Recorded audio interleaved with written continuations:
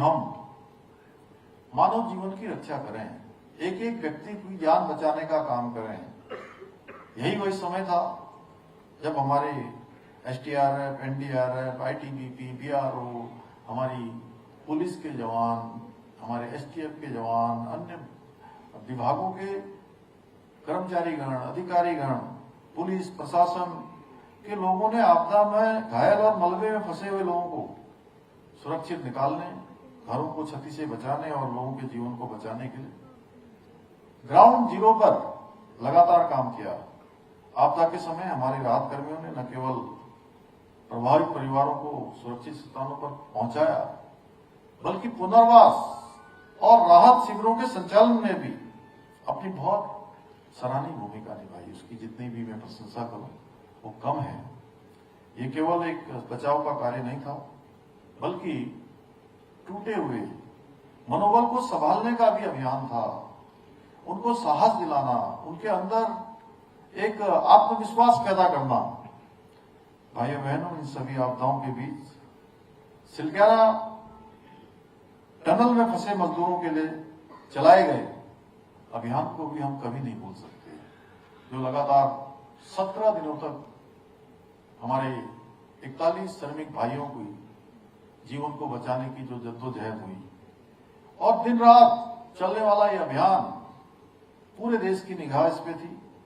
कई लोगों ने तो इसमें उम्मीद भी छोड़ दी थी कि सुरंग में फंसे हुए मजदूर भाइयों को अब निकाला जा सकता है, परंतु यहां भी बाबा भौकनाथ की कृपा से, मैं बाबा भौकनाथ का प्रत्येक दिन स्मरण करता हूं। प्रातःकाल जब मैं अपने दिन की शुरुआत करता हूं तो बाबा भौकनाथ को मैं प्रणाम करता हूं, उनका स्मरण करता हूं, क्योंकि मैंने उस कठिन परिस्थिति को जब मैं देखता था कि कुछ भी नहीं दिखाई दे रहा है सामने, कि अब हम क्या करें, कोई रास्ता नहीं सूझता था, ऐसे समय में बाबा भौकनाथ ने आकर अपनी कृपा करी और उसमें हमारे जवानों के साहस ने और हमारे प्रधानमंत्री आदरणीय नरेंद्र मोदी जी के मार्गदर्शन में उन्होंने सारी मशीनें, सारी टेक्नोलॉजी और दुनिया के सबसे अच्छे विशेषज्ञ हमारे यहां पर सिलक्यारा में हमको उपलब्ध कराने का काम किया। और हर दिन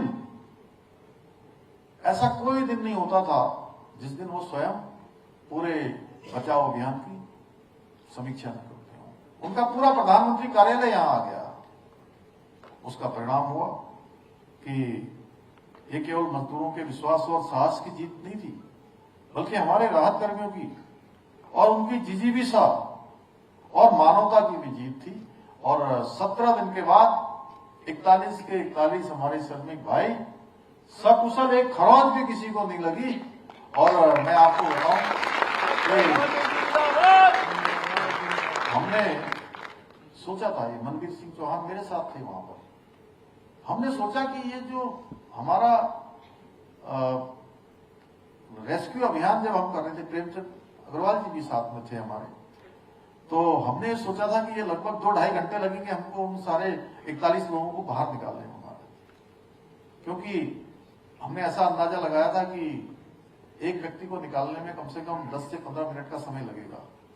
स्ट्रेचर पर जो है उनको लाया जाएगा बाहर, फिर दूसरे को लाया जाएगा, तीसरे को लाया जाएगा, ऐसे मिला के 41 लोगों को निकालना माने 2-2.5 घंटे का टाइम लग जाएगा। लेकिन मुझे आपको सच बताऊं, पहला दल जब उनका अंदर से निकला, उनको तो स्ट्रेचर पे निकाला गया और उनको हम एम्बुलेंस में बैठाते, उनका मेडिकल परीक्षण करते, और थोड़ा सा मैं भी इधर उधर को हुआ। जब आधे लोग निकल गए तो मुझे लगा कि आराम से निकलेंगे, तो इतनी जल्दी हो गया कि 20-25 मिनट में ही सारा रेस्क्यू अभियान पूरा हो गया, क्योंकि फिर किसी को स्ट्रेचर पर नहीं लाना पड़ा, क्रॉलिंग में नहीं लाना पड़ा किसी को, वो खुद ही क्रॉलिंग करके सारे लोग बाहर आ गए, वो स्वस्थ थे। तो ये सब भगवान की कृपा हुई, बाबा भौकनाथ की कृपा हुई। ये कुछ उदाहरण मात्र नहीं है, बल्कि हमारे जो राहत कर्मी है, साहस और करुणा के उनके प्रतीक हैं। और जब भी मैं आपदा प्रभावित क्षेत्रों का दौरा करता हूं तो वहां की जो स्थिति होती है उसको देखकर और पीड़ित लोगों से मिलकर मुझे विश्वास हो जाता है कि हमारी सरकार और हमारे बहादुर राहत कर्मी प्रत्येक चुनौती का सामना करने में पूरी तरह से सक्षम है। चाहे परिस्थितियां कितने भी हमारे प्रतिकूल क्यों न हो, हमारे राहत कर्मी वहां पर पहुंचकर उस स्थिति को भी अनुकूल बनाने का काम करते हैं, उस स्थिति में भी लोगों को सहायता करने का काम करते हैं, उनके मनोबल को बढ़ाने का काम करते हैं। मैंने हमेशा अपने अधिकारियों को, राहत कर्मियों को हमेशा कहा है कि आपदा के समय किसी भी परिवार को अकेला नहीं छोड़ा जाना चाहिए। आज के अवसर पर मैं आदरणीय प्रधानमंत्री जी का और आदरणीय गृह मंत्री जी का विशेष आभार व्यक्त करना चाहता हूं, जिन्होंने प्रत्येक आपदा के समय में हमारा मार्गदर्शन किया है। कोई भी आपदा होती है तो तत्काल उसकी जानकारी करते हैं। तत्काल भारत सरकार की जितनी एजेंसियां हैं, सेना से लेकर आईटीबीपी से लेकर बीआरओ, एनडीआरएफ और तमाम जो, उन सभी को वहां से निर्देश जाता है कि तत्काल राहत के कार्यों को आगे बढ़ाया जाए, मोर्चा संभाला जाए। मैं इसके लिए आदरणीय प्रधानमंत्री जी का, गृह मंत्री जी का बहुत धन्यवाद करता हूं।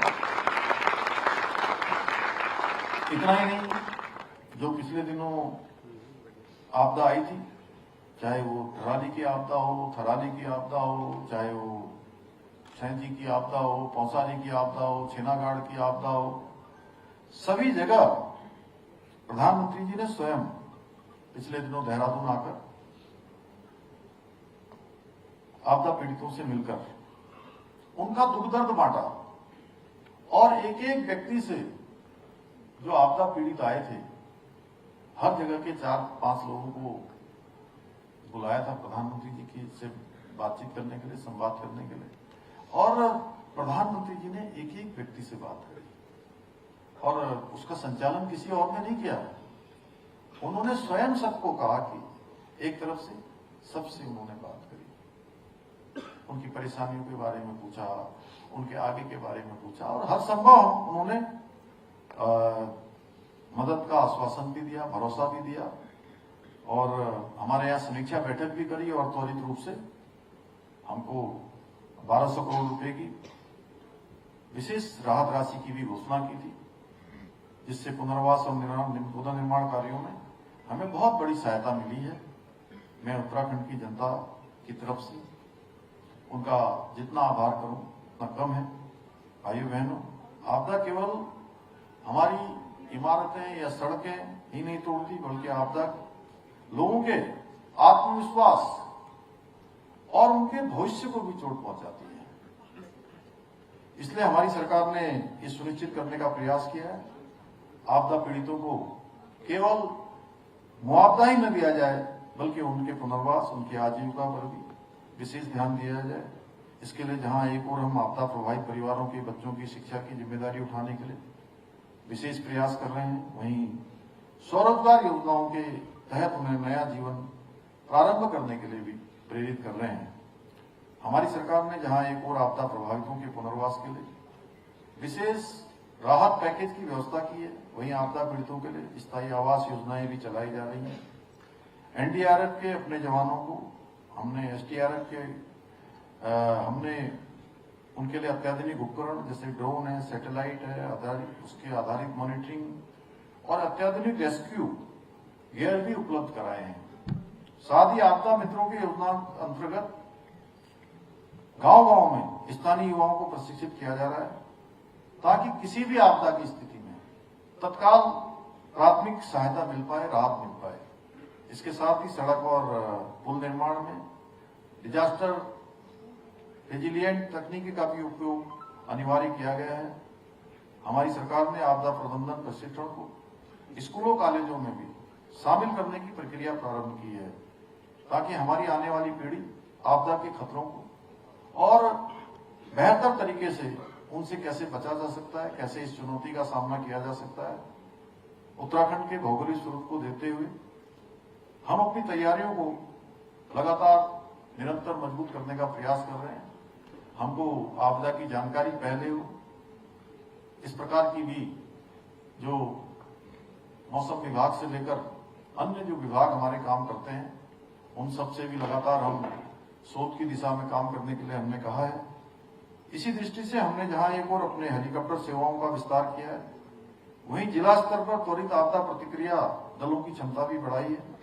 हमारी सरकार का ये संकल्प है कि आने वाले वर्षों में उत्तराखंड को आपदा प्रबंधन के क्षेत्र में भी एक मॉडल राज्य के रूप में पहचान मिले, मॉडल राज्य बनाया जाए। मैं आज के इस अवसर पर आप सभी राहत कर्मियों से कहना चाहता हूं कि आपकी निष्ठा और आपके समर्पण केवल उत्तराखंड ही नहीं, आज पूरे देश के लिए प्रेरणा है, क्योंकि इतनी बड़ी आपदा में हर जगह आप सबके प्रयासों से, आप सबके समर्पण से लोगों को बहुत बड़ी सहायता मिली है। एक बार फिर से मैं आप सभी के उज्जवल भविष्य की कामना करता हूं। भगवान की कृपा आप सब पर बनी रहे और अर्पित फाउंडेशन और हनी पाठक जी का विशेष रूप से धन्यवाद करता हूं कि उन्होंने यहाँ पर ऐसे कार्यक्रम में हमको बुलाया है। आप सभी का धन्यवाद करते हुए मैं अपनी बात को समाप्त करता हूं।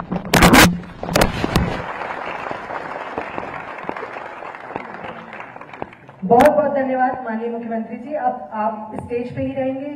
सबको स्वागत।